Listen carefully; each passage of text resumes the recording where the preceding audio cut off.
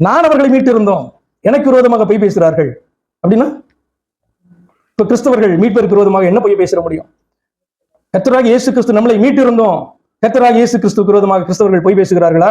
What does it mean? ஆமா, வேற ஒருத்தர் மீட்டாரு, அல்லது 2 பேர் சேர்ந்தாதான் மீட்க முடியும், 3 பேர் சேர்ந்தாதான் மீட்க முடியும், தேவன் 3 இருந்தால் தான் மீட்க முடியும், ரட்சிப்பு உண்டாகும் என்கிறதான காரியம் யாருக்கு விரோதமான பகையும் பொய்யும் என்று நினைக்கிறீர்கள்?